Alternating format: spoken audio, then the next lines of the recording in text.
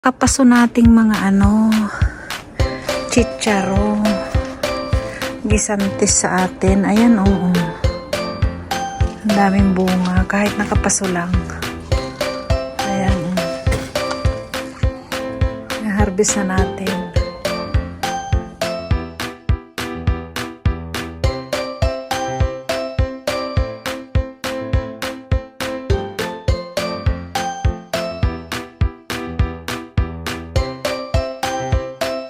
Laso na tayo. Ito yung cilantro. Ang strawberry natin hindi maganda. Meron din akong kutchay.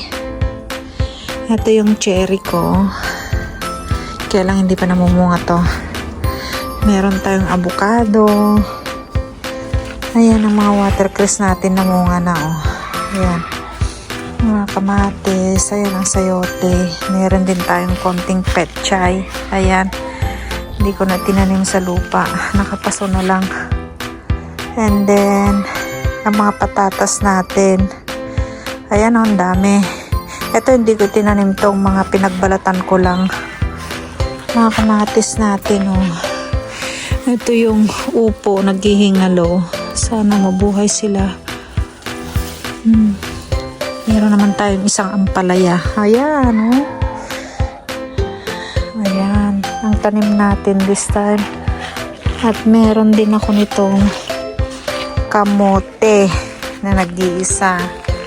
Ito yung barley na kinakain ng pusa namin. Ayan, oh. Ayan, oh, ang daming bunga ng gisantis kahit na nakapaso lang. Ayan. Yan ang madiskarting nanay dito sa London. Oh, meron na rin akong bunga ng apple ko. Ito. Ayan, oh. Tapos ang cherry ko, wala pang bunga. Bago pa lang kasing yan na tinanim. Ito naman yung dami ng bulaklak nung ko, kalamansi ko. Oh. Kaya lang naninilaw siya dahil sa init. Tapos ito yung laurel ko. Oopsie.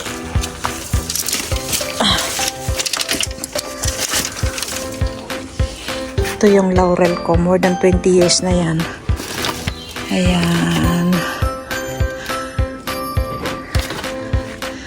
Ito yung celery. Pinapabunga ko para sana may abot ito sa Pilipinas pag uwi namin. Ayan. Ang garden natin.